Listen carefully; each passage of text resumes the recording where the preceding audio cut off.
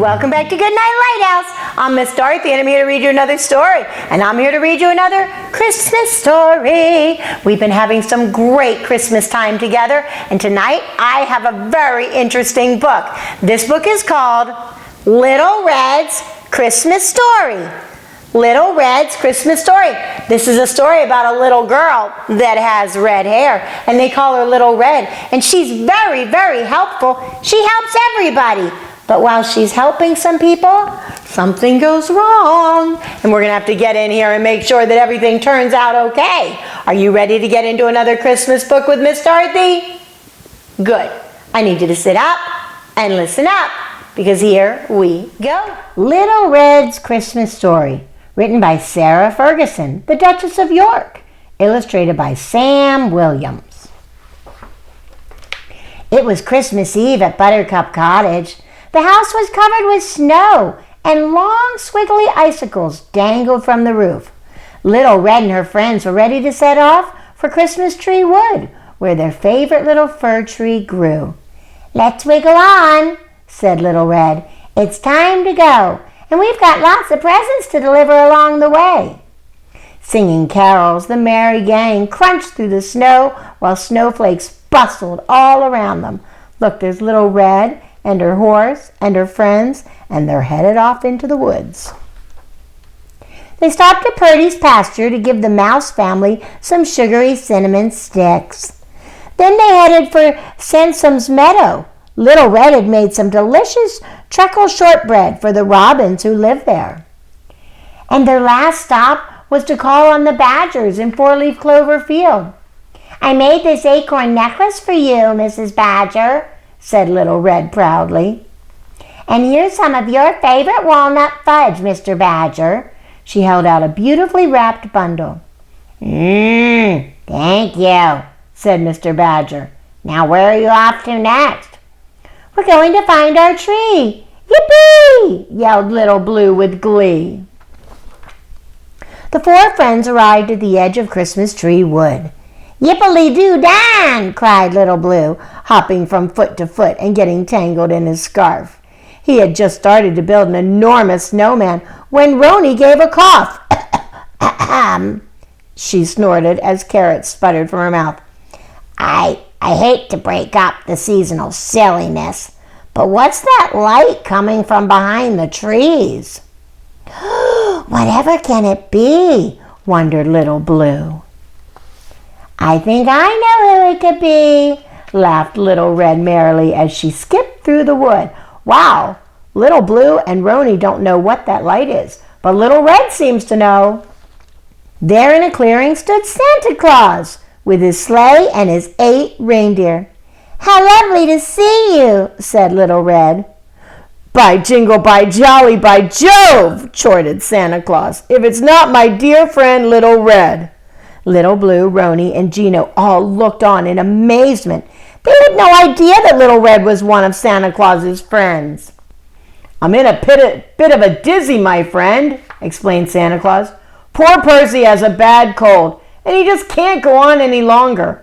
I'll never be able to get all these presents delivered with only 7 reindeer." "I have an idea," said Little Red, looking gingerly at Roni. Uh-oh, what is she thinking? "Oh, no," said Roni, flicking her mane defiantly. "I'm sorry, but I can't fly, and I won't fly." As quick as a flash, Little Red grabbed her sack of smiles, and before Roni could say jingle bells, she sprinkled magic flying dust all over the stubborn pony's hooves. "Now you'll be able to fly," announced Little Red triumphantly. "We'll see about that," said a rather huffy Roni. "But even if you're right, I'll expect an enormous bunch of carrots and a mountain of sugar lumps." "Your problem solved, Santa Claus," Little Red giggled as she kissed Roni's velvety nose. "I know I can count on you," she whispered. She made Roni a flying reindeer. "Ho, ho, ho!" laughed Santa Claus. "But time's running out, and I'm still going to need some extra help. Could you come too, Little Red?" "I think so," she answered. Then she turned to Little Blue. "I know that Percy will be safe in your care, and Bear too. said Little Red as she handed her beloved teddy to her friend. "He doesn't like heights, you see." Little Red clambered up to take her place next to Santa Claus on the sleigh. "I promised to bring you back a present, Little Blue," she called. "Eyes forward," whooped Santa Claus to the reindeer and Roni as the sleigh whizzed off into the night. As Roni's hooves left the ground, the carrot she was chewing dropped open from her mouth. "Christmas crackers!" she gasped. "I'm flying!" Roni is flying with all the other reindeers, and Little Red gets to ride with Santa Claus. A very downcast Little Blue with a snuffy Percy and a grumpy Gino waved a sad goodbye to Little Red. How Little Blue would have loved to fly on Santa's sleigh. "I suppose we'd better go home," he sighed. "Gino, you can dig up your favorite tree to take back to Buttercup Cottage." Gino threw Little Blue a disgruntled look as he dug the little tree out of the ground. Little Blue loaded it into the sleigh, popping Bear on top. He struggled to lead Percy with one hand and pull the sleigh with the other as they headed for home. "There he goes. Little Blue's taking care of everything. He's got the tree, and he's got the little bear." "Whoopee! Whizzing! Whirling! Walnuts!" shrieked Little Red as the sleigh hurled through the sky. But then a worried frown appeared on her forehead. I do hope that Percy's feeling better. That's Bear's all right, and that Little Blue remembers to hug them both," she said. There, don't despair. Your bear's in good care," sang Santa Claus as they flew over the snowy rooftops. Wow, there they go. It was late when Little Blue, Gino, and Percy trudged up the path to Buttercup Cottage. They were all tired and cold and utterly fed up. "Little Red has all the fun. I bet she forgets my presents," muttered Little Blue as he dragged the fir tree through the front door. Curled up cozily in the armchair was Purdy. She bustled around, settling Percy by the fire and wrapping him in a blanket. Then she brought him hot water bottle and carefully placed his hooves into the bucket of heated honeysuckle water. Suddenly, Little Blue's hair stood on end. "Dingly, dangly, disasters and dog-eared donuts!" he cried. "Where's Bear?" Little Blue ran round and round in circles, getting more and more tangled in his scarf. "He must have fallen off the sled. Little Red will never forgive me," he shrieked. "I've got to find him."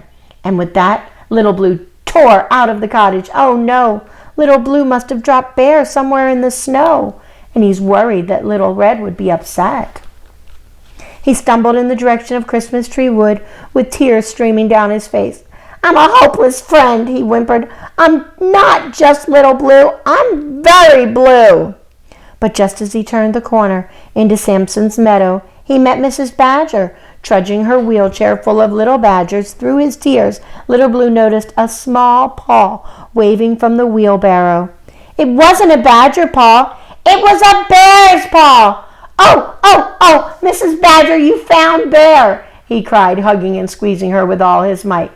"Yes, dear," said Mrs. Badger. "I found him half buried in the snow outside our house and recognized him straight away.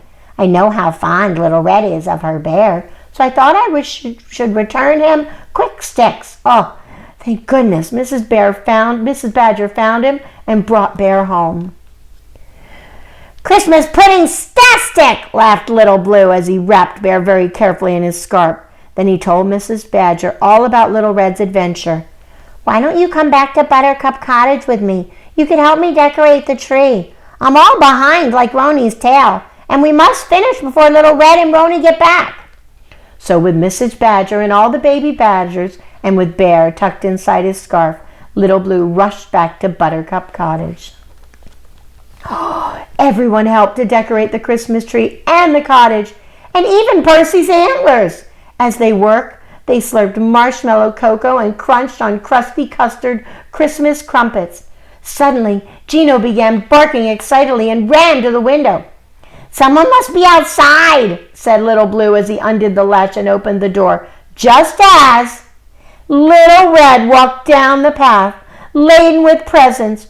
Roni was smirking smugly from ear to ear. "They're back! They got back just in time to see everything decorated."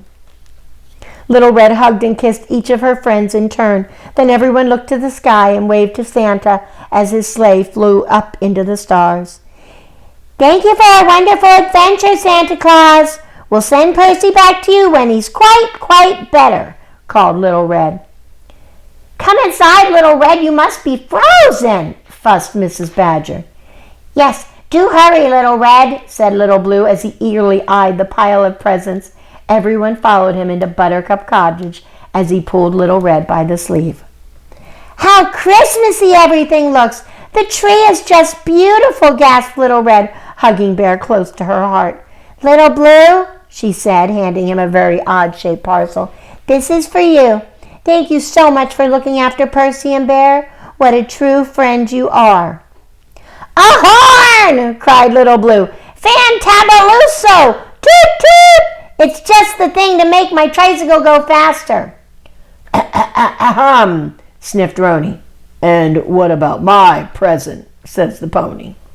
"Oh, Roni, you've been the biggest star in the universe," said Little Red. "That's why Santa Claus wanted you to have these as an extra special treat." Roni's eyes sparkled as Little Red placed a bucket full of crunchy, candy-coated Christmas carrots in front of her. "It was a piece of Christmas carrot cake," Roni chuckled. He's so excited. Little Red raised her cup of marshmallow cocoa. "Hooray for Little Blue and hooray for Roni," she laughed proudly. "Hip, hip, hooray! We've all saved Christmas Day." Everyone cheered. Merry Christmas. Little Red and her friends had quite a Christmas adventure. Did you see what happened? They ran into Santa in the woods and he needed their help, so they were going to help him out. But then she dropped her teddy bear and it looked like things were not going to be that great, but they found it and brought it back to her and they saved Christmas. This was a very exciting, very adventurous book. Little Red is a very busy little girl. I think I like her. I think I'll go see if there's more books about Little Red, because I think when we read about her, we'll be reading about some really great adventures. This was a lot of fun. I like how helpful Little Red is. I hope you will remember that, how important it is to be helpful all the time, but especially at Christmas time. You need to think about that as you fall asleep tonight, because right now it's time for all my little reindeers to get into bed. I need you to get under your covers, get cuddled up, curled up, ready for a really good night's sleep. And tomorrow, if there's somebody that needs your help, even if it's not Santa Claus, you should be helpful. You never know what could happen if you just be helpful. That's a good thing to do at Christmas. That's a good thing to do all the time. You know what else is a good thing to do every day? Sure you do. Obey, and obey right away. And then come back and see Miss Dorothy. I'm going to be sitting right here, ready to read another book to you. Bye! Thanks for reading with Miss Dorothy. I hope you enjoyed this book, and I hope you'll come back soon to read another. What's your favorite book? Drop Miss Dorothy a note and let me know. I'll go find it, and I'll read it to you. Be sure to subscribe, like, and share. I'll see you soon.